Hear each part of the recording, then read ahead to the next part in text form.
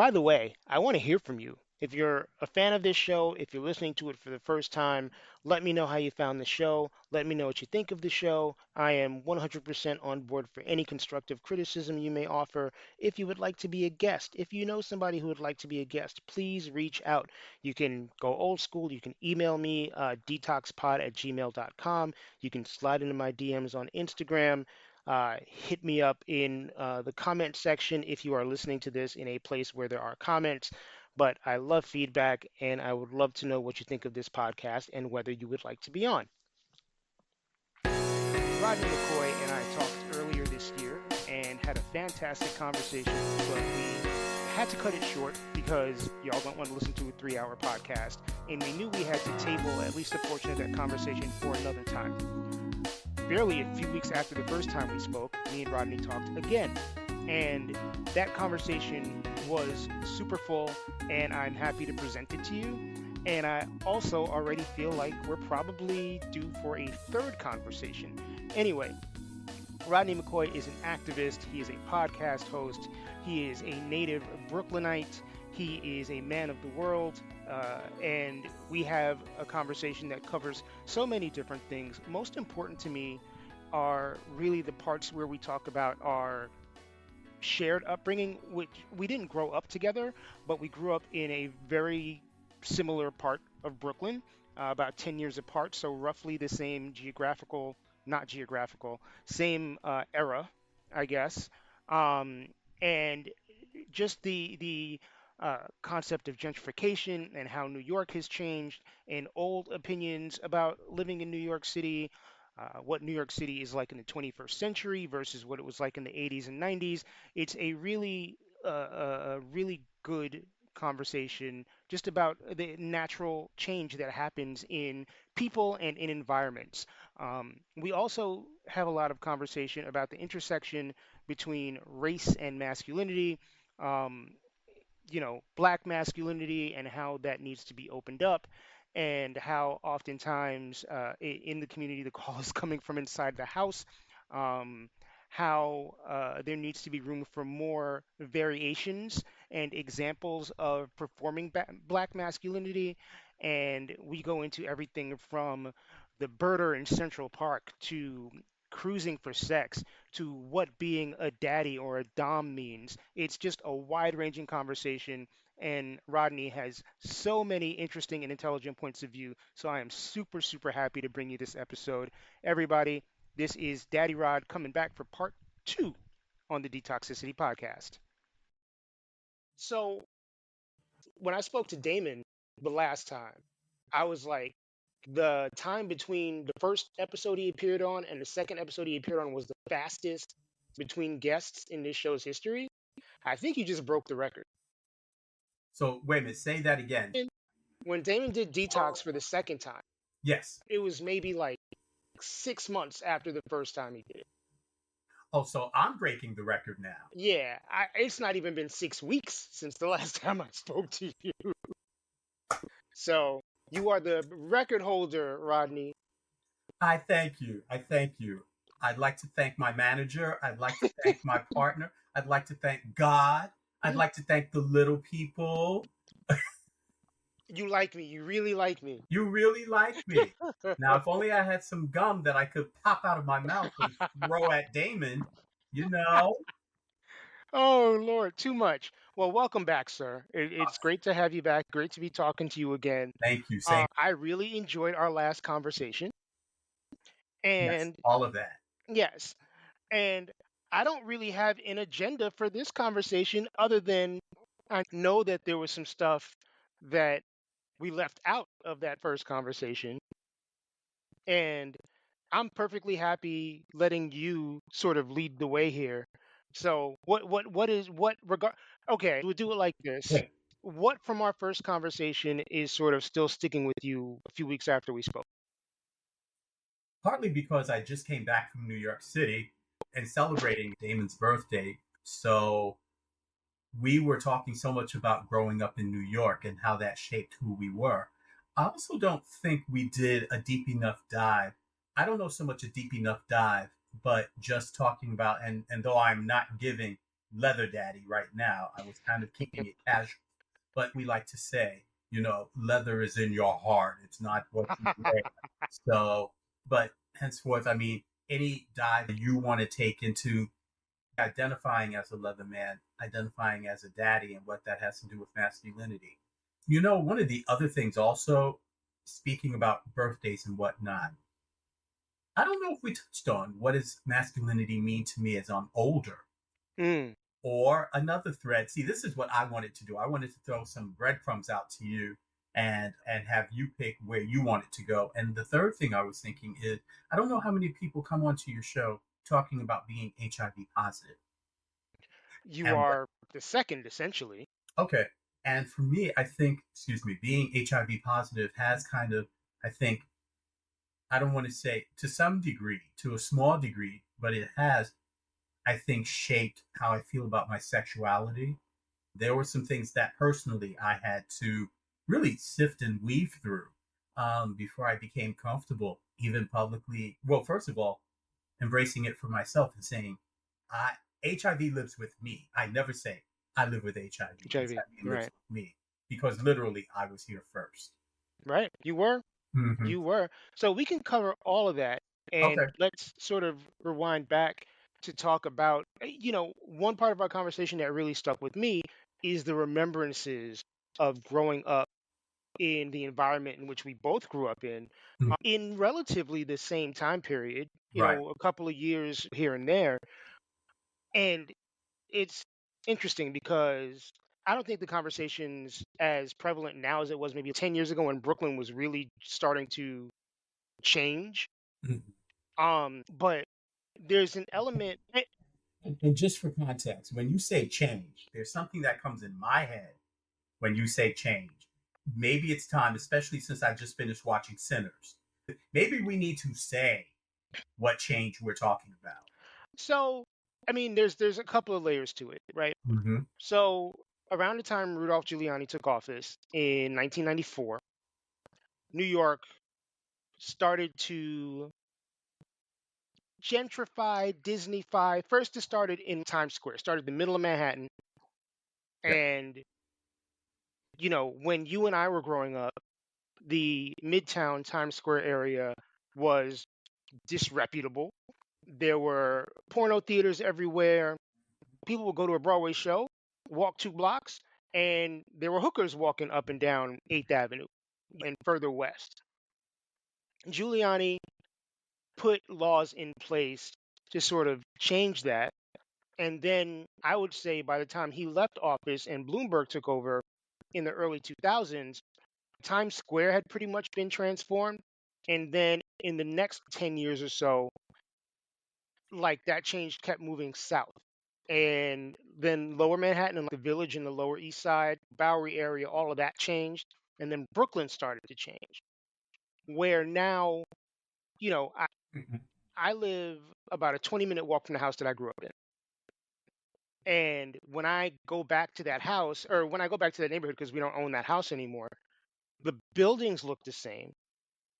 But even that neighborhood, and this is deep Brooklyn, this is East Flatbush, this is like deep Brooklyn.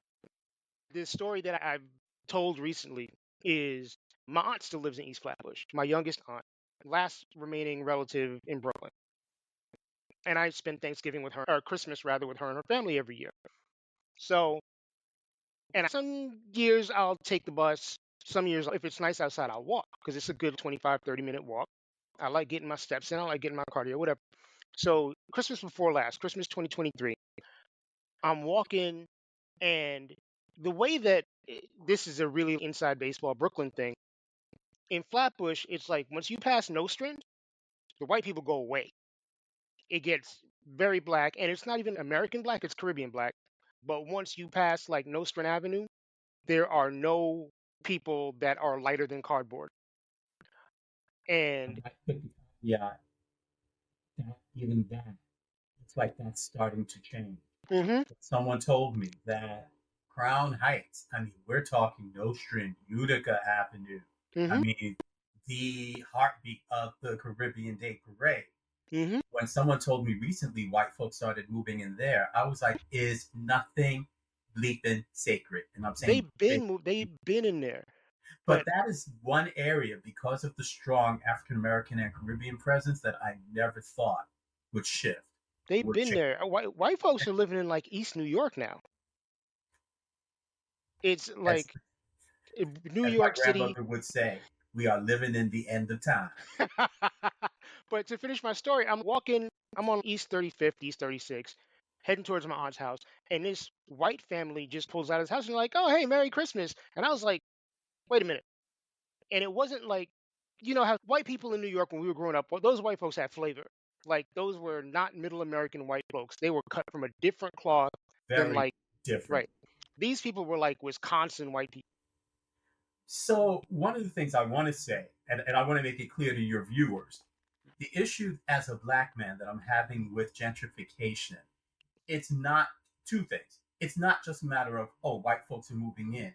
It's that to make way for the white folks, rents, property values that have been in areas, in predominantly black and brown areas, for generations have now been risen, not have been jacked up to the point where a lot of the poor and more importantly, working class Working class, folks who occupied those neighborhoods for, and when I say generations, I mean generations, generations, are families. forced to move out.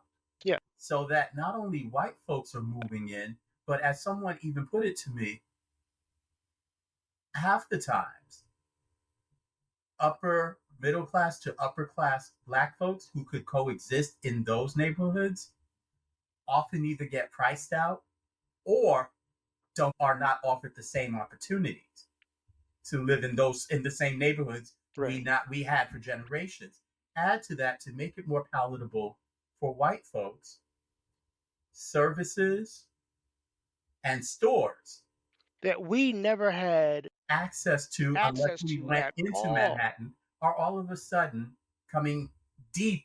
And I'll use Brooklyn as example, deep into Brooklyn, or I'm living in DC now, deep into Anacostia. Who ever heard of a Whole Foods in Anacostia, Right, east of the river? right, Who ever heard of a Whole Foods in Bushwick? right. And the thing about Bushwick, the thing about Williamsburg, is that this is not also just a race issue, but a class issue. You had traditionally working class businesses, you had family businesses, you had Mom and small pops. businesses, mom and pop, because that's what could afford and wanted to be in those areas because you were homegrown and people knew you. Hmm.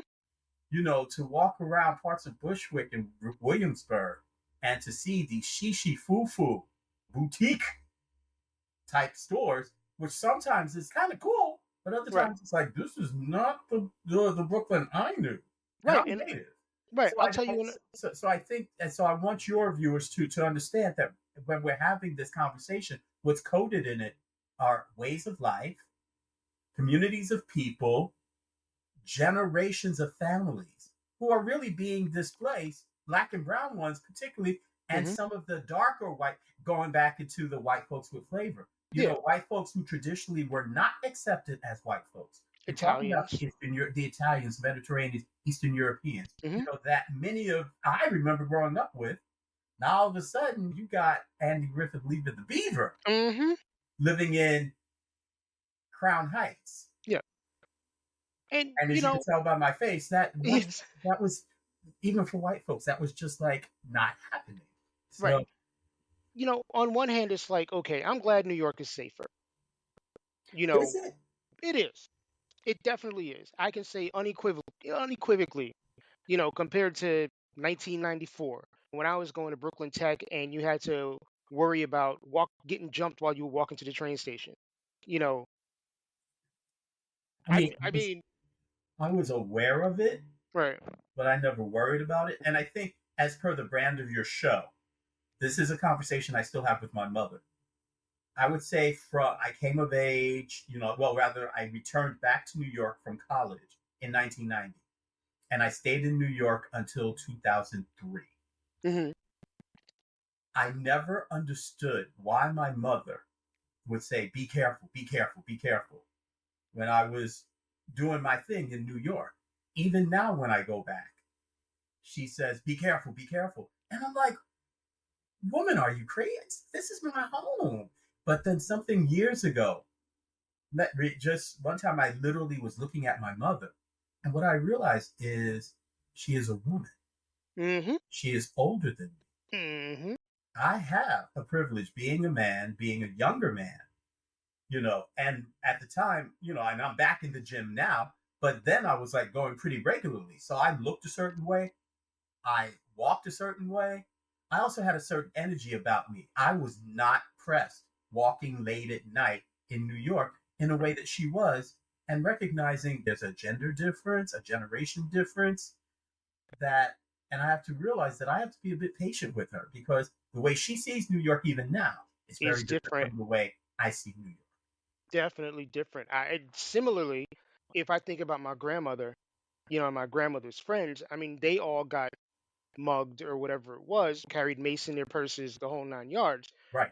And it's different for me being an able-bodied guy walking down the streets of New York with the ice grill on, whatever, than it is a woman who, my grandmother was an immigrant. Most of the friends of my family were immigrants, people who were not accustomed, who didn't grow up with that New York sixth sense, kind of. There's that. Right. There's that. And But even these days, young people in New York don't have that sixth sense anymore. Because, not to be like one of those back in my day people, but you had to have like, a certain age, so we're yeah, gonna have the back in my day, yeah, whether we like it or not. yeah. You had to have that I call it spidey sense.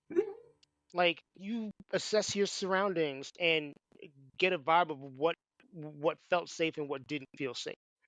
And I hate to say it again, having a white partner who, by the way, I've already told him in this administration, you're going to hear me, he's going to hear me have a lot of white people conversation, and he Sure. says he's ready. I hope he is.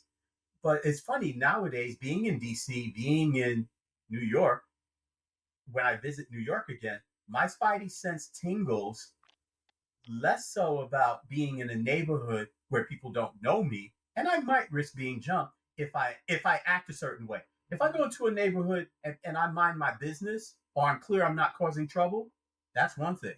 But if I Mm-hmm. look like I'm not, I might cause a little, or I might be there for some mischief. Oh yeah, I'm gonna get jumped. Period. On Yeah. sight. Yeah. But nowadays, my spidey sense tingles around white people, particularly in neighborhoods, especially now that our current president, a convicted felon, a convicted rapist, who clearly touting the racist white supremacist banner, and now has given license for the Karens and the Chads to act out any old kind of way. Right. So my spidey sense is now tingling in a different way. When I see Becky and Biff in the neighborhood, that Right. tradition. And let me say, Becky and Biff, and not as much if Sal Right. or Right. Ariana is there. It's a particular kind of, but also Yes, actually to kind of argue that almost a little bit, back in the days when we were younger, if you went into Bensonhurst, Sal was gonna fuck your shit up. right. I dated somebody when I was in my early 20s. I was dating someone that lived in Bensonhurst, and Yusuf Hawkins, I will never forget that. And I will get off the train in Bensonhurst and be like, okay, I need to be on my P's and Q's. My spidey senses were tingling real hard. Now, unfortunately, have to talk about sundown towns. But as we were talking, I was like, forget sundown towns. There were sundown neighborhoods. Yeah, Bensonhurst, Bay Ridge, Bay Howard Ridge. Beach. Yep. And so when the tragedy around, I forget the brother's name, who was chased by a white mob, beaten. Oh, Michael Griffith. Thank you. Hmm. You know, it was a tragedy. People were upset, but no one in the black community was shocked. Right. But we were saddened. We were angry that what we had been taught actually came to pass. Right. You know, Right. It's but you bring up a really interesting point, and I will say that I don't feel unsafe around white folks in New York City. But last year, for example, I did a men's group at a conference in Tucson, Arizona, okay. and I got off the plane in Phoenix, and I was sitting in the airport doing like a little layover thing. And in Arizona, which is a purple state and is very Latin and Hispanic, but also it was all these chunky white dudes with beards, And I was like, I don't feel safe. Right. Even in New York City, I do not feel safe around white women. And for good reason. Yeah, And we laugh. No, we didn't laugh, but we found humor in creating the memes of all these white women who were empowered to use their positions of proximity near white supremacy right, because they were white, but in some cases white adjacent, to feel that they could act out right, against black folks. And I think now, under the current administration that we're in, I think in the back of my mind is, okay, at what point are they going to feel even more emboldened to do worse stuff? right. And When is there going to be another Emmett Till situation? right, When is there going to be another situation like the brother, the birder in Central Park, maybe like 4 or 5 years ago, who, right, got into a discussion with a white woman whose dog was off leash and she called the cops. right. Chris Cooper. Right, Chris Cooper. right, Who and it's interesting. He now is an Emmy Award winner because of the Bird Show out of that experience. right. He said, well, I was in there living my life, enjoying watching birds. So I still want to make, like good out of what happened to me. And he won an Emmy. He's one of the lucky ones. Good for him. And And almost everyone else died. right, But I think the question also, and again, I'm thinking about the whole detoxifying masculinity, your podcast. And one of the things I'd like to talk about is what does it mean for two black men from Brooklyn, among the toughest stock in the world, as far as I'm concerned, among the toughest stock, talking about being vulnerable, being afraid, having to walk around with that spidey sense. Because I'll be honest with you, outside of New York, I tell people I'm from Brooklyn, and all of a sudden, things kind of shift. There's an energy shift, and like, oh, don't mess with this. And again, watching my language, FCC. nah, say whatever you want. But Okay, we're built different. and one of the things that we're built different around is that, and once upon a time, I think in my life it was true, ain't a whole lot scared us. Ain't a whole lot. You're from New York, and We've you're a seen black some man shit. in New York. So We what have what seen some what the shit. fuck you gonna be scared of? Yeah, And now to have two native New Yorkers talking about situations in which they're scared. Once upon a time, I'm gonna be honest with you, Mike. I would have never thought publicly having this conversation, right, admitting to being scared of anything. Once upon a time, we would have lost street cred. right, Once upon a time, black cards would have been taken away. right. Is But that the new norm? But is that the new normal now? Is that okay to say, "Hey, I yes might be and thinking no. twice"? Yes and no. I mean, Mhm. first of all, I wouldn't necessarily call it fear. I would just call it concern. If I'm in that airport in Arizona, I'm looking around and I'm just assessing the situation and being like, okay, if somebody starts some shit and I got to scrap, just I know what the situation is. I'm not going to minimize myself to appease these people, whoever they are, but I'm aware. I Like get it. I'm woke. I get it. So, right. In terms of the masculinity discussion, it's funny because I watched this video from the Tamron Hall show last night, and it was this brother, probably about my age, talking about how toxic masculinity is a fallacy and all this stuff. And I'm like, why are so many of us still in the sunken place? And it goes back to me with this show. I have trouble booking straight black guests. Almost all of the black men that have been on my show have been queer. And I do think that there is an element of black and brown men who have grown up with hip hop, grown up with these kind of like slave days ideas of what a man is supposed to do, grew up with American socialized masculinity, and don't understand that, you know, I'm a hip hop fan. I'm wearing a Dr. Dre shirt right now. I'm a hip hop fan. How many of the rappers that I grew up listening to are dead now? And not because of gun violence, because of diabetes, because of high blood pressure, because of sickle cell anemia, Because of shit. because, right, right, drug overdoses. Because when you portray this heavy, heavy masculine role, when you subscribe to this level of socialized masculinity and you don't do things like go to doctors, talk about your problems, seek help, mental health, do all this stuff, that shit eats you from the inside and you die. And I think it's heightened for those of us who are brown skinned, melanated Hmm. in any way, shape, or form. And I think Hmm. that's also why I'm gonna gently push back when you talked about not being afraid, but being concerned.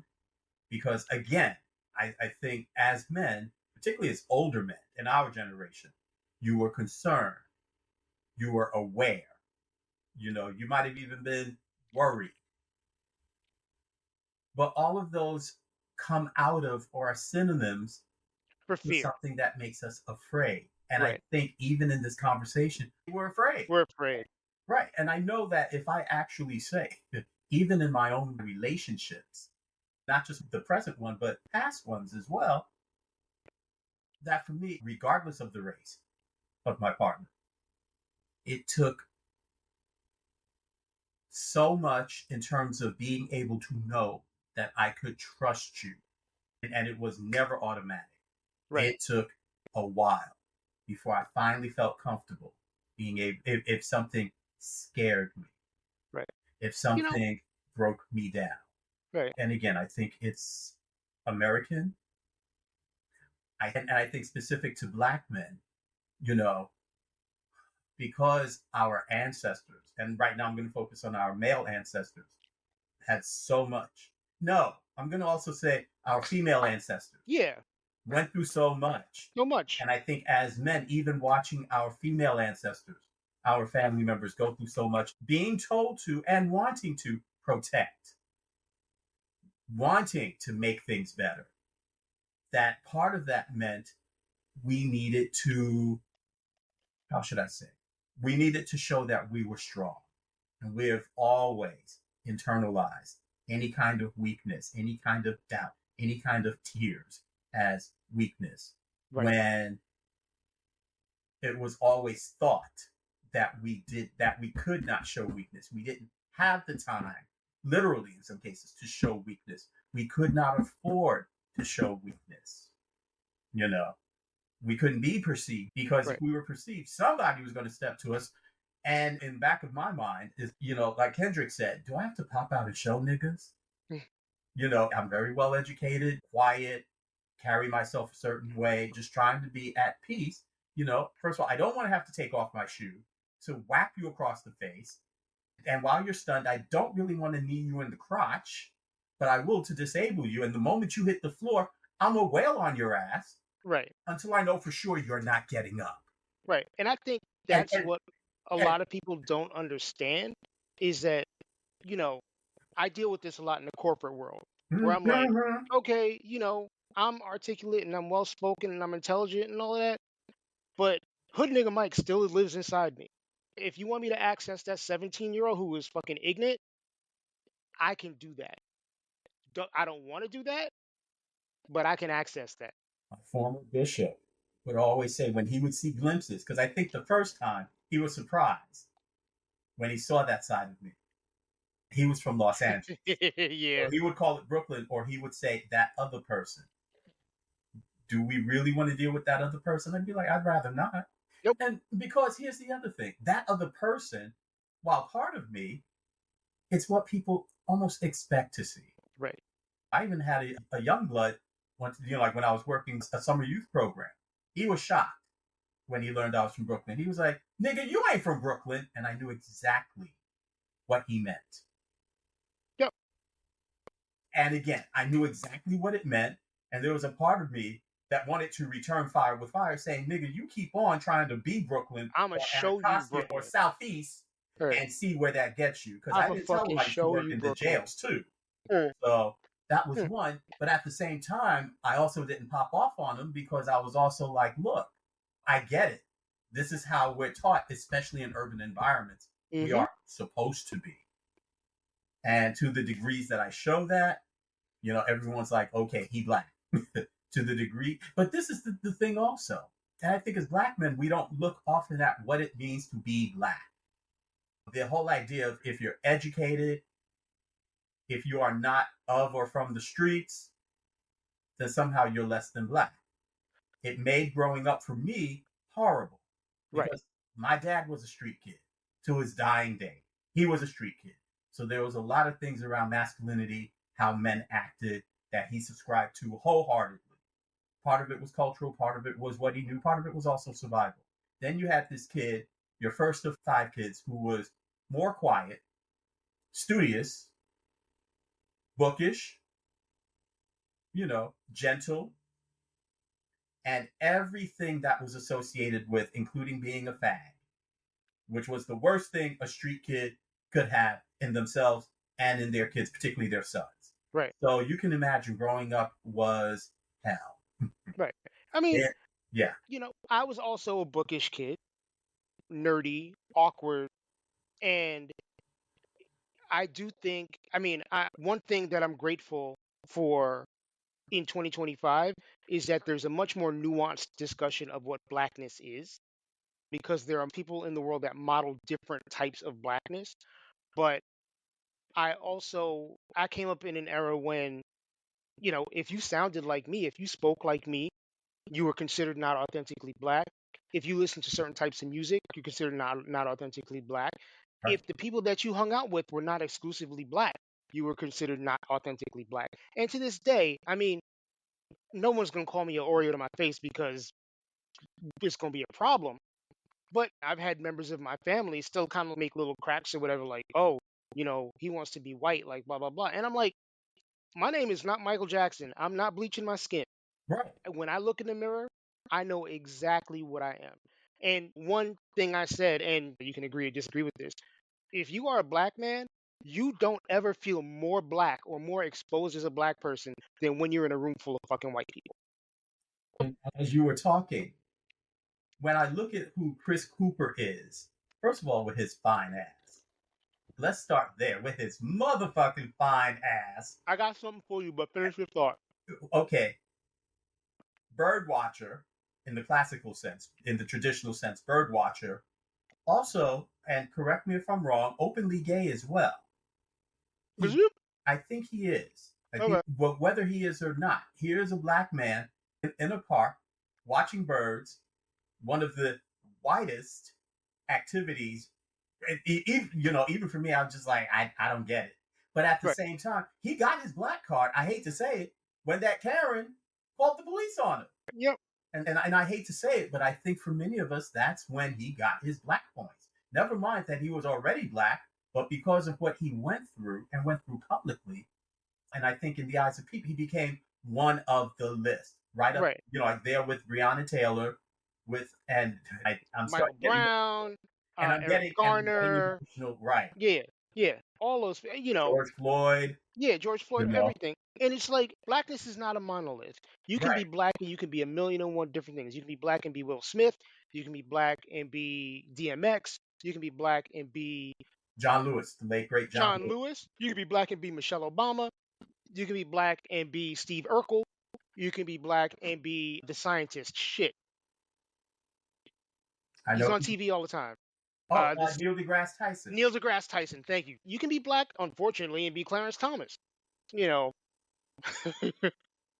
And now see, and I think given the times that we are living in, Clarence Thomas, Byron Johns, Candace Owens, they still haven't gotten the invite back to the picnic. Excuse me, the cookout. The cookout. They're not invited to the cookout, but whether they know it or not, they are still black. Oh, they know it now, and particularly Candace Owens. They know it now. But what was all of the damage that was done beforehand? And the rest of us are watching like, they don't love you. Right. They don't love you. Right. Or maybe I had to say it like this. They don't love you. Whatever it is. They ain't featuring you. Or wait a minute. Excuse me. Miss Owens, they really do not like you. Miss Owens, they really do not like you. Miss Owens, the call is coming from inside the house. The call is coming from inside the house. That is real. So real. But to go back to Miss Owens, you in danger, girl. Yep, girl, you in danger. Going back to my man Christian. Yes, please. Something that when I initially read about it made me kind of say, like Arsenio, is he was bird watching in the Ramble. Now, I know the Ramble for a very different reason. Why do you think I kept saying bird watching in the traditional sense? In the original sense? Yeah. Because when I went to the Rambles, I was bird watching for a whole different type of reason. And I mean, this is obviously New York specific and also certain age specific because I don't think do that anymore because there are cameras everywhere. There are cameras everywhere, and this is the other thing. As a black gay now talking about some gay stuff, Hmm. I see the younger men in their phone. On their apps, yeah. And so the thing is, when you're used to having, and it's not just the gay men, the young gay men, young straight men, when you're Hmm. in your apps, when you're in your phones, but specific to gay men, the art of cruising, where you had to communicate desire, is especially or even in our neighborhoods, Hmm. where you did the look back about 2 or 3 times. Times. So to give context, the Rambles is an area in Central Right, Park that is now primarily used for bird watching, but back in the day, I would say in the, pre 2010 right, was a very, very heavily trafficked gay cruising area. And I used to work on 74th and Broadway. And there was a Tower Records in the former, it used to be on 66th and Broadway, and then it moved into the Plato's Retreat building in the Ansonia Hotel, and then it moved back. But so you would go up there, I'd leave work or whatever, take a lunch break, and walk up through the Rambles, and it was never not popping. It was always crowded, and it was just every ethnicity under the rainbow, married dudes, straight dudes, gay dudes, whatever. Everybody was just fucking out cruising for sex. right. So, People you never thought you would right, ever find there. right. I bumped into at least five coworkers up there. Oh no, I remember being okay. So this is how deep it went for me. I was in my senior year of high school and just starting to really get a sense of who I was. And there was a buddy of mine. We weren't close, but we were friendly in high school. And our school was right near Central Park. We would just walk through it, field trips Mm. or just walking around, nothing about it. He knew about the Rambles. But it was very interesting in retrospect. I was kind of like, and how does a 17-year-old like myself know about the Rambles? How And there were does just a some questions that 17-year-old like yourself? I'm well, I curious, how didn't. did you find out He about? told me about Okay. it. He told me about it. I didn't know about it. He told me. And then as he was telling me, I was like, how does a 17-year-old know about the Rambles? But then as I'm looking back, he was one of my high school buddies who did not look like they were in high school. Mm. There are three that come to mind, either because they were hairy, they were buff, their voices were a little bit deeper, or in his case, he was a white dude who dressed like he was an Ivy Leaguer. Because Mm. clearly his family was Very grooming him preppy. for that life, which much Right. respect, that's where you're from, that's what great. But and Right. and because of the way he carried himself, you didn't think he was in high school. So if he had certain experiences, and in his case, I now remember he knew certain people. He was connected to the community in a way that I wasn't, because he gave me some Right. misinformation about cruising. That when I finally came into the community, and it was like, yeah, I was told if you wanted to deter like guys from looking at you, you would grab or scratch your butt. And the older guy was like, no, if anything, that's just the opposite. That's just the opposite. I was like, now that makes sense to me. But the fact that here I am at 17 having this conversation about the Rambles and what goes on there with someone else from my year at 17, I was like, life just got weird. But then as I got older, I was like, no, I'm in New York. That's my hometown. But it's really interesting to see. I mean, this ties into everything we want to talk about, right? This ties into the evolution or whatever you want to call it, the changes in New York City. The Ramble as a cruising area doesn't exist anymore, partially because they cut down so much of the foliage and their cameras everywhere, but also because there are apps now that means younger gay and bisexual men don't go into a park to cruise anymore. They don't have to. Right, they don't have to.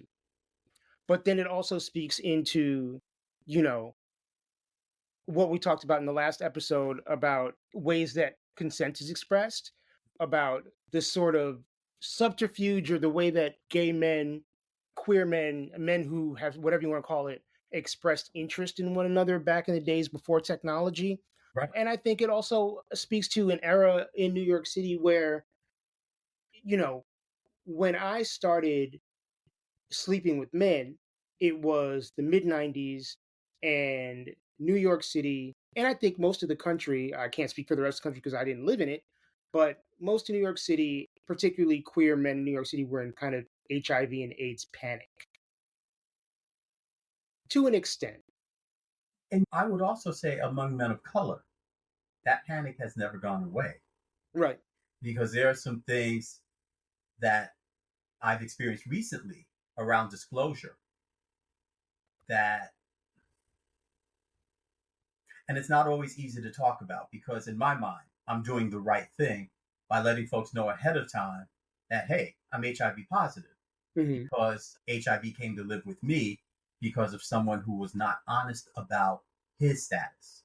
Right. And so what happened was, as a result of not being honest about their status, here am I. And there's a part of me that always has this mindset. I don't want to do to anyone else what was done to me, Done as you. Right. at least not intentionally. So, Right. but on the other side of that, thank God, being in New York, being in DC, there are enough people, enough guys who are aware and have really looked at their own vulnerabilities to HIV and other STI infections. So they may be on PrEP. They may be taking DoxyPep like yours truly. Now the thing is, I'm undetectable. And it's interesting to me how folks don't say, I'm HIV positive.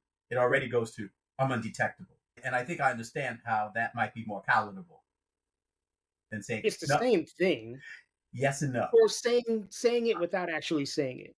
Right, because what happens is since undetectable represents the ideal around your meds working, so you're not, and I hate using the term, but I don't know what else to say, infectious. Right. So I think we've developed, particularly among men of color, this whole thing of I'm good, and then when you press to say, what does that mean? I'm undetectable. What's your status? I'm undetectable. Your status is you're HIV positive. But Right. there's still the stigma of saying that. But at least if you say I'm undetectable, it's like, yeah, I might have the virus, but I'm not a danger to you. I'm not a Right. threat to you. We can Right. still do what we do and have the type of sex we like to have.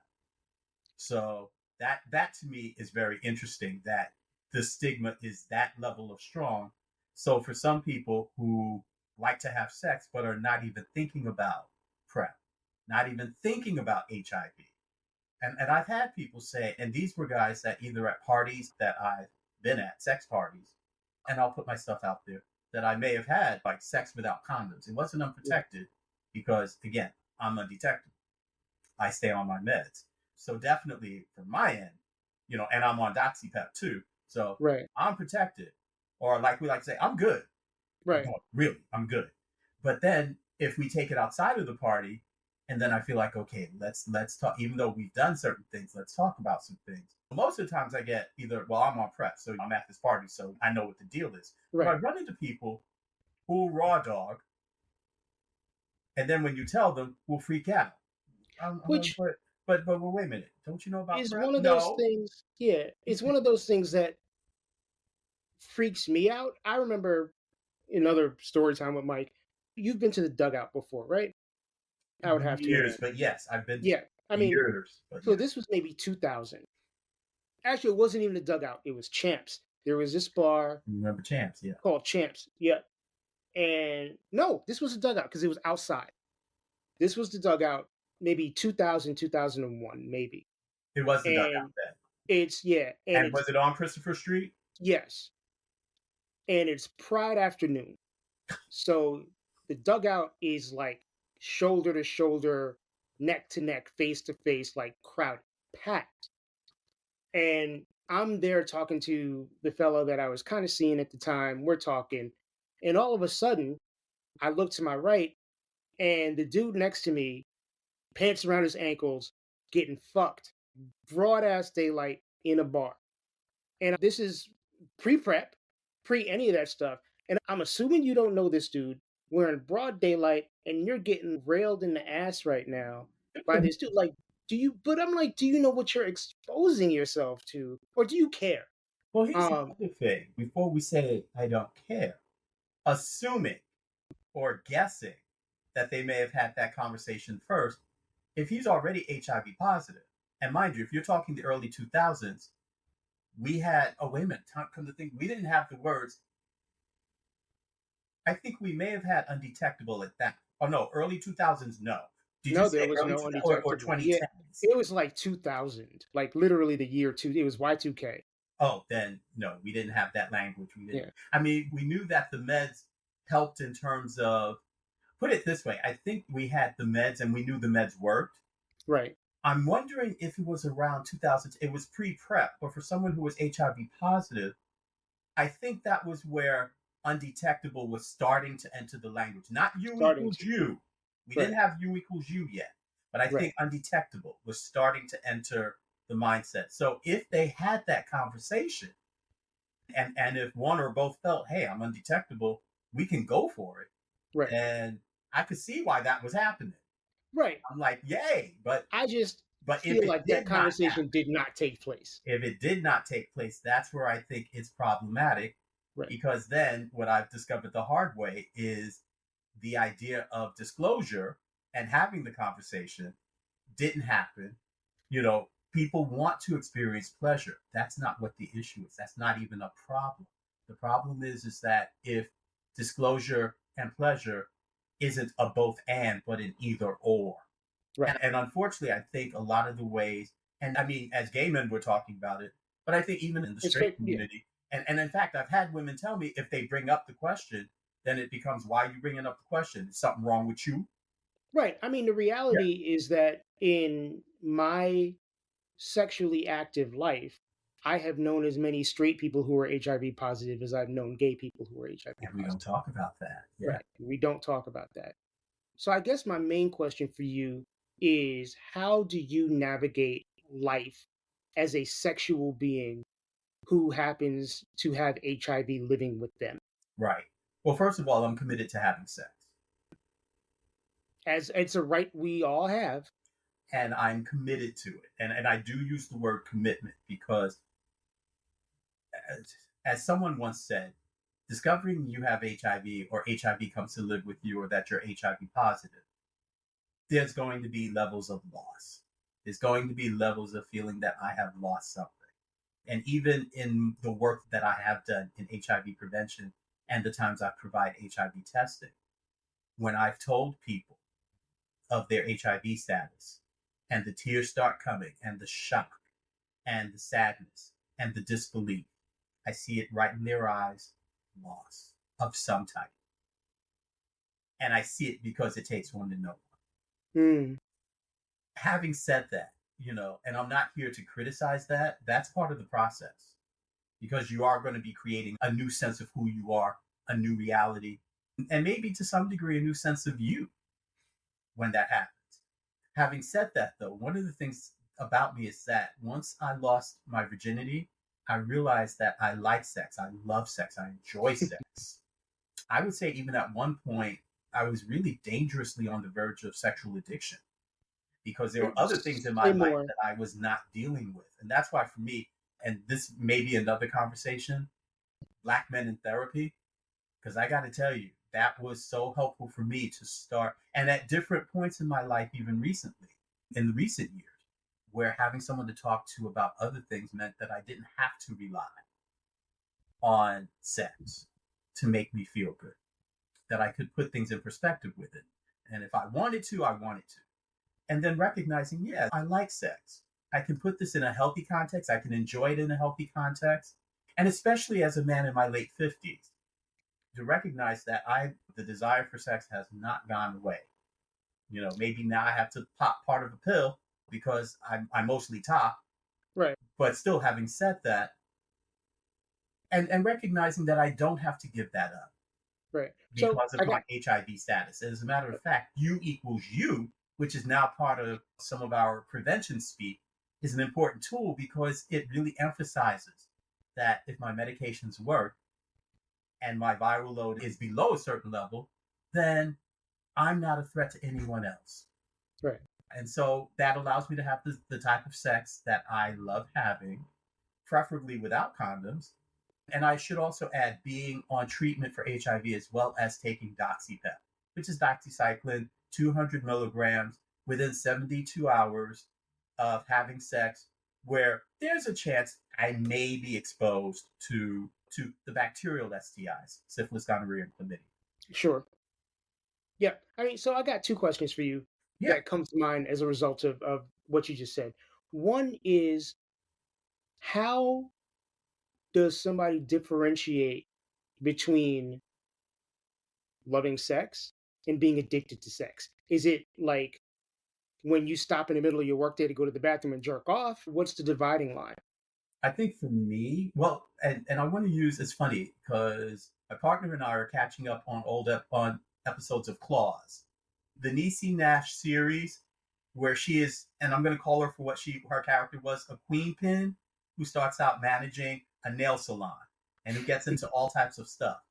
The season we're on, that her brother, who is autistic, but who has a gambling addiction, he cannot stay away from the mahjong table, even Mm, as his father wants to step into his life, even as his sister, who's co-owner of the casino, is trying to warn him of dangers, even with the man who has befriended him. His fiance says, "You're spending all your time here. Come home. I want to spend time with you." And he literally cannot tear himself away from the mahjong table. mm. So it's gambling as a way of addiction. The idea that I could not tear myself away from sex.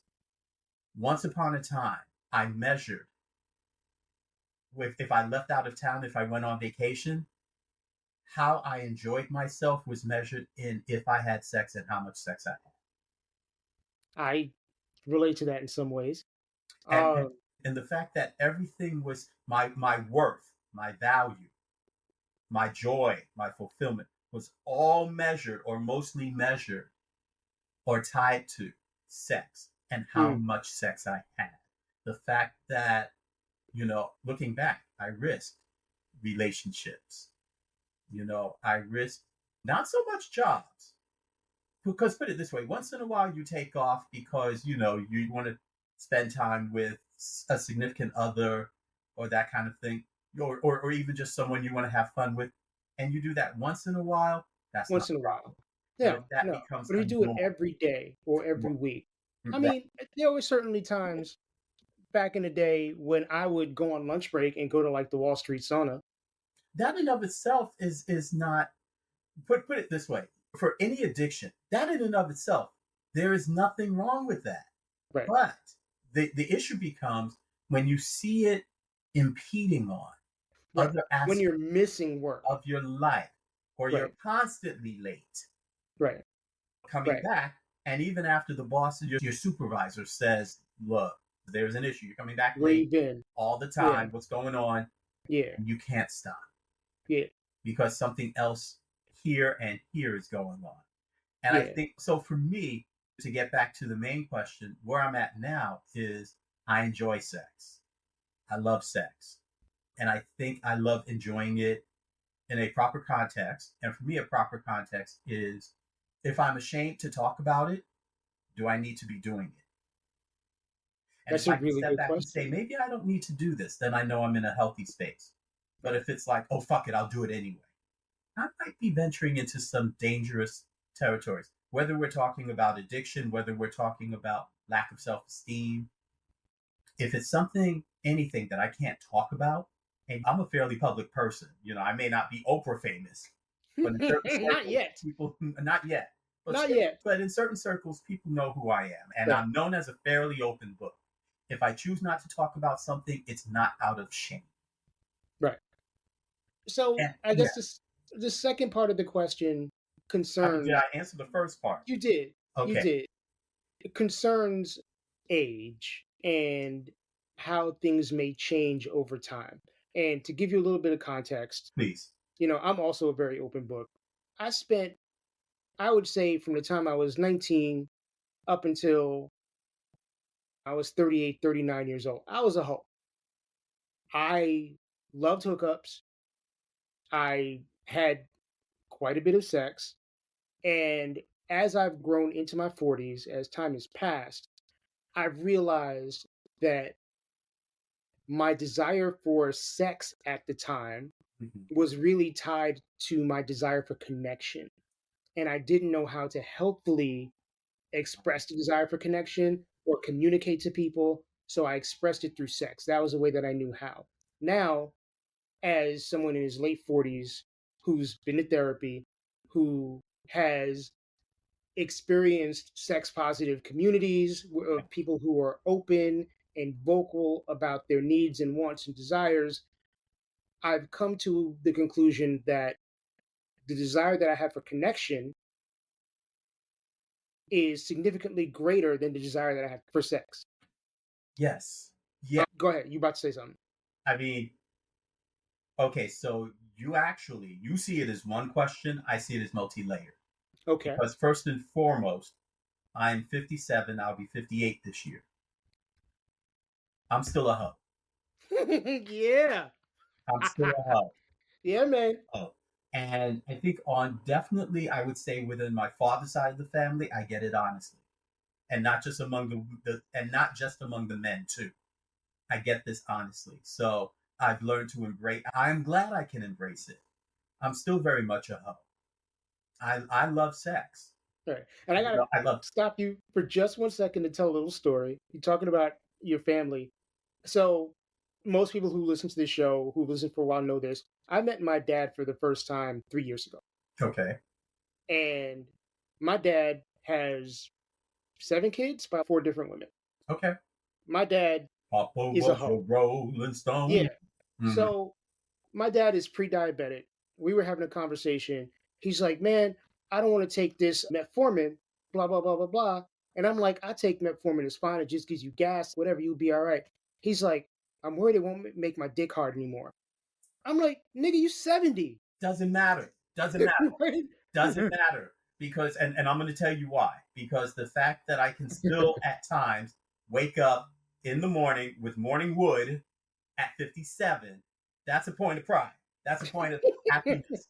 Look, I am tired of the notion that because you hit a certain age that you should let go of sexual desire even. Right. And, I've got two examples, my dad included, my own father, my great uncle George, who I don't think I've told this story publicly over the media. So let's just say my great uncle George, up until the very end, he got his. Oh Lord have mercy. So, Okay. yeah, but all this to say, it runs in my family. And Right. the idea that at 58, depending on, of course, if I'm taking care of myself, not just physically, but also mentally and Mentally. emotionally, the Mm-hmm. body is still going to flow the way it does. And there have been times where I have not taken the blue pill. And I have woke up and been like, well, what the hell? Down, boy. Down, Right. boy. Or Chill maybe out, not. man. Or maybe we can handle this. So I take pride in my sexual energy. And I saw something recently that those of us who are healers, who are tapped into our energy, also do tend to be abundant in our sexual energy as well as our healing energy. So, all of that to say that at 58, I have no intention of letting go or feeling I have to be ashamed of the fact that I still love sex, want to have sex, and have variety in sex. That's who I am. Right. And having said that, one of the things around, I love this from Issa Rae's show Insecure. You know what that is? Growth. And that part of my Absolutely. growth is recognizing that I can still be a hoe, but I hoe a little bit differently because what I've discovered for myself is I don't like random hookups. Okay. I don't like random hookups. I use the apps less than when I was younger because what I tend to find is if the relationship I have with someone is primarily sexual, whether it's a fuck buddy or even just a friend with benefits, the idea that we get along, the idea that we enjoy each other's company, that I'm not necessarily rushing out the door, because okay, I nutted and or you nutted, and so it's like, okay, awkward, let's go. Right. Now you got to worry about how do I kick this motherfucker out of my house? And that's one reason, by the way, unless you're a friend with benefits, I'll come to your house or Mm. your hotel room. You're not coming to mine. Not unless we have that connection. Right. because it's like, okay, if I'm not sticking around for whatever reason, I want to gracefully make the exit. Right. The other thing is because I also have friendships, that I enjoy my connections with, business, personal, familial, self. And we don't talk enough at any point of the life spectrum about that relationship with self, Loving where if no yourself. one else is around, that's cool because, I can go in my room and just woosah. Hmm. Being with myself doesn't always mean jerking off. It might just mean maybe I'm scrolling through Instagram. I like what I see. Maybe I'm working on a project. Maybe I'm binge watching TV. You Maybe I'm know, putting my headphones on and listening to a record. right. Maybe I'm Yeah. cooking. Yeah. So the whole thing is, do you also enjoy your own company? That was something I had to learn. Once I really started enjoying my company, sex wasn't about a mission. Sex then just became an opportunity for more pleasure Right. because I was already experiencing it on Right. different levels. So, Right. and I think that's where I'm at. I realized that how I express my wholeness has shifted. I'm going to say shifted, that I don't like the hookups as much. Now, if I'm on, most likely it's because I'm doing the looky loo. But my preference now are either ongoing sexual relationships, friendships, friends with benefits, or even a sex party where I've seen the guys before. It's a general nice atmosphere. I know the organizer and it's a good vibe. Yeah, more controlled environments. So, all of this to say that, and embracing the fact that, okay, even though I like the occasional morning woods on their own, that maybe I do need a little bit of help, and just embracing the fact that, yes, I do have to pop part of, not the whole thing, but part of a little blue pill, Right. and being okay with that, even as I navigate other medications for other health things, making sure that there's no negative interactions between medications. And also, like I said, going to the gym more as I have been, being more careful about what I eat or how much I drink. All of that plays a part in terms of how healthy I am. And part of that is also about how that shows up sexually. Right. Right. It, does that answer that question? It absolutely does. So I want to ask one more question of you, and the daddy part of the daddy rod. Yeah. What does daddy mean? I mean, Okay. explain it just because I'm not completely ignorant, but I am sort of not knowledgeable. So, daddy, and I'm answering it from the leather and kink community Hmm. perspective, there's dominance and submissiveness. Daddy is seen as one of the dominant expressions of a person. In my case, I identify as daddy because there's that part of me that is dominant, but there's also that part of me that is nurturing. I'm a teacher. I think you learned of me through my partner, through Damon. Yes. I don't know what he said specifically about me, but if he talked about my dominance or just how I carry myself, if he's talked about presentations that I've done, if he's talked about where I've presented what I've talked about, I'm a teacher. And I think because, well, between my history in the ministry and just the way I approach things, there is a little bit of the healer in me too. Mm. So, and I recognize that, the way it was explained to me in a sir boy relationship, the focus is on the sir. In a daddy boy dynamic, the focus is on the boy.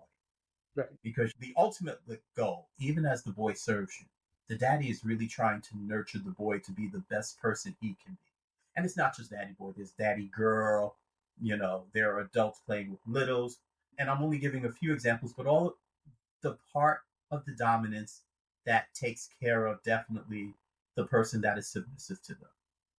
And I think the part that takes care of the community, that's where daddy, and what I love about daddy too is that you can spell it in different ways and it can reflect the personality as well as the gender of the person, because it's not just cisgender men who hold Right. that title in the leather community. But I Right. think, but I love the aspect of dominance, security in who you are, for recognizing that it's really about nurturing. Right. And to that point, trans people can be daddies. Cisgender Cisgender women can women be can be daddies. daddies too. Yeah. Yes. Yeah. So if you Absolutely. recognize that part of yourself that is dominant. I mean, you can also be mama and embrace that for yourself too. Right. But at the same time, if you see yourself more as daddy because you see your dominance in terms of a traditionally masculine, non-toxic masculinity. Non-toxic masculinity. Right. Right. And I think here's where the key is. Your dominance is part of nurturing. And it's about showing other people how they can be their best selves. And I also like the idea of daddy because it also recognizes that a person who identifies as daddy is older and is still vital. And by vital, I do mean sexually vital, Right. socially vital, personally vital. And I am convinced that daddy, as it found its way into the mainstream and became zaddy and all that. And half the times I'm like, okay, the old Catholic boy in me, because Sure. yeah, I grew up Catholic. That still stays with me. But it is a sore spot with me when people under 35 call themselves or get called daddy. I do think that there is a like it's not like you have to be this old to ride the ride, but it kind of is like you have to be this old to ride the ride. And I'm waiting for someone to change my mind. Right. Now, here's the other thing. You can be under 35 and be dominant. You can be dominant. I will be like, my dominance Right. sees your dominance. Right. And a mentor of mine, when I was starting to explore the daddy thing, he was like, don't let these boys get you in a trick bag. My mentor, my daddy, if you will, in the leather community was like, what happens in the bedroom? Someone calls you daddy, that's role play. Don't let that get you in a trick bag that because you've got these boys calling you daddy when you are fucking them down or doing kink with them, that doesn't mean you're a daddy. It might mean you're a good dominant. Right. It might mean you're a good dom. Right. Right. But at the same time, daddy comes with a whole lot more. Like, for example, after I'm done fucking you down, making you drool out of your mouth, do you feel comfortable putting your arm on my chest? I mean, your head on my chest. The aftercare. And yes, after we've gone through some rounds of some heavy play, do you feel comfortable putting your head on my chest and letting me hold you? Do that aftercare. Do part of that. Do you feel comfortable talking with me about some things you have questions about? And am I in the mindset where it's like, okay, I've been here, so I understand this. Yes, let's have those conversations. Whether it's mainly about sex or not, that there's still that care element. Right. Right. Being a dominant, put it this way. Ideally, in any kink situation, there needs to be aftercare. But I think there's a specific energy that comes with that aftercare, with that care as a daddy. And that comes with, I think, maturity. I mean, to play devil's advocate, I think back to when I was like 19 or 20 years old and just really just kind of like peeking in to what the sexual world was. Yeah. And I'm sure that there were dudes who were 35 that I would have considered to be daddy. In what just ways? In terms of the way they carried themselves. I mean, I'm not a sub by any stretch of the imagination. And I think some of it was like cosplaying. They had the gear correct. They were smoking a cigar. They did whatever. And I was like, oh, and also when you're 20, 35 looks a lot older. At 49 now, I can look at a 35-year-old and be like, this little motherfucker's just a kid. But when you're really young, I think your perspective is a lot different. So it's very interesting when you said that. And as you were going down memory lane, I went down memory lane. Mm-hmm. And what I had to remember is that I had primarily been attracted to men older than me. Yeah, same. And I think that there was a lot that older men represented for me in terms of looks, in terms of maturity, comfort in one's skin, stability. And for many of the men I was attracted to, that was the reality. There were some for whom that was not the reality. Right. That's a whole nother conversation. Right. But the fact is that this is what it represented. And now that I'm of that age and have been for a while, that I found attractive, it's like, okay, now being in my late 50s, I get to be that daddy for someone who is younger But there's also a saying, even daddies need daddies. And there have been men older than me in their 70s who have rocked my world. I mean, And even I am quite okay with that. right, even from a non-sexual perspective, we all need mentors. It doesn't matter how old you are, you never are too old for a mentor. And there are two young men in the leather community that I mentor who claim me as either their leather dad, or one claims me as their leather uncle. You know, Daddy Rod would apply right there. I have Right. not been sexual with either of them and don't plan to be, because the mentoring and the relationship is very different. You know, Well, that also falls into the queer aesthetic of chosen family, right? that's Where, not just you a have the well, house, yeah. right? Where you have the house with, this is the mother and this so and so on. But that sort of mentorship is very much in the queer aesthetic.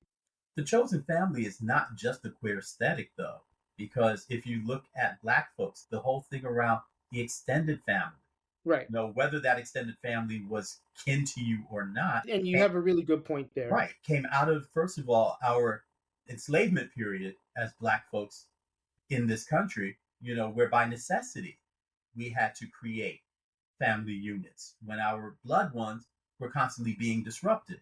Right. And not just during enslavement, but during different periods where, again, the nuclear Black family, well, there are two things. The nuclear Black family was constantly being disrupted: Right. racism, racial violence, economic violence, all those Right. things. But also, when you look at some of our African societies, that the extended family was just as important, as, if not sometimes more important, than your immediate Blood. local ones. Right. Right. Yeah, So, I mean that's something that's yeah. innate in our being, is that sense of extended family, and that takes us all the way back to the beginning of the conversation where we were talking about growing up in Brooklyn. Our first conversation, talking about growing up in Brooklyn and having like a village on your block where you knew Mr. So and so and Miss So and so and Yes. all their kids, and if you were caught doing some shit, the neighbor was gonna knock on your grandmother's door and be like, you know, they'd come to my grandma's to be like, Miss Anna, I just saw Michael doing some funky shit. And I'm nodding my head because I've often said that my sister and I, and we have three younger brothers, significantly younger than us, but I'm convinced my sister and I, we're closer in age, we're the last generation to have that village. I remember my dad's friends, my mom's friends. If you messed up with them, you got fussed at. You might have even got slapped, but just be aware, you knew you were going to get it when you Yeah. got home. Yep. And that was the norm.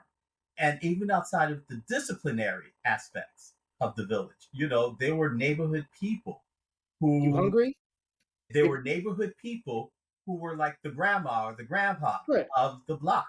And Yeah. and going back to what we talked about certain neighborhoods and how you carried yourself, I remember going back to Red Hook, which was the second neighborhood that I grew up in. And I'll never forget Miss Veronica. She was one of the elders in the community, and her grandkids Wilbur and Jason I grew up with. So years later, I visited Red Hook, feeling nostalgic, and I didn't go to the Shishi Fuku Park. I went to the projects. I went to the real Red Hook, that playground where I played for hours, would watch my sister, and my sister and I and our friends would play for hours, bump into things, get your knee scraped up, Mm-hmm. that playground was still there. The courtyard in the middle of the project was still there with the Still there. trees and everything. Yeah. And of course, I walked in and people didn't recognize me. So, of course, some of the young men, stepped to me, and not in a way that was hostile, but it was real clear: we don't know you. Cautious. Right. The moment I said Miss Veronica, they were like, oh shit, I know her. Her grandsons are my cousins. And so we had a chance to catch up. I talked about growing up in the late 60s to the mid 70s, and they talked about what was going on now. And my mom freaked out. Oh my God, what were you doing in Red? Oh my God, it's so dangerous. I'm like, Mama, remember Miss Veronica? And it was funny because, again, her close friends, Miss Fakita, Miss Sandra, Miss Antoinette, Mr. Earl, Miss Sandra's husband, was one of my dad's running buddies in all senses of the word. Right. But this was the neighborhood that I grew up in. So I did not feel threatened. And I knew I'm not here to cause trouble. Once they see I'm not here to cause trouble, they're going to leave me alone. And sure enough, not only that, I was embraced. There were people coming out talking about, he knew Miss Veronica. Yo, this is so-and-so, this is so-and-so. So when we were cousins too, Miss Veronica, Wilbur, and they knew Wilbur and Jason. So the whole thing of kinship, extended kinship, it's full circle, has always been who we are as Black and brown folks. It's what's kept us safe. It's what kept me safe that day. And I knew it would. And that's why I was not afraid, because I'm like, I'm just coming home. And that's what it felt like. To my mother, I was being reckless. Right. To me, it was a homecoming. And that's exactly what I wanted. And that's what I got. I love that. Thank you so much, Rodney, for doing this again. And like we said at the beginning, this was the quickest jump from appearance number 1 to appearance number 2, at least in terms of recording. This one is going live a couple of months after we recorded it. And, it just had a plethora of episodes that I wanted to get out, so this got delayed a little bit. But better late than never, right? If you would like to follow Daddy Rod online, you can find him on Instagram at daddy.rod.now. He has a podcast as well, Podcasters Unite, Black Podcasters Unite, Queer Black Podcasters Unite. His podcast is called Listen to Daddy. You can find it on YouTube or pretty much anywhere that podcasts exist. Thank you again, Rodney, for being on the show. Let's go for number 3. Thank you for listening to Detoxicity. I hope you found this particular episode interesting. And if you are new, I hope you go back and listen to all of the older episodes. Once again, my name is Mike Joseph. I am the host and producer of this show. And there are a lot of things that you can do to continue to support our mission, continue to support this podcast. Follow me on social media. I am on Instagram, Twitter, and I'm on TikTok as DetoxPod Guy. You can also send me an email if you'd like. I'm at detoxpod@gmail.com. I am always on the hunt for people with interesting, inspirational, and powerful stories. So if you know somebody who fits that bill, or if you yourself fit that bill, please don't hesitate to drop me a line via email or via social media. Please make sure you subscribe on your podcast platform that you're listening to this on. Rate, comment, help a brother out, help us move up in the rankings. Follow me on social media. Like I said, follow our Patreon, or subscribe to my Patreon, actually. Patreon.com/detoxicitypod.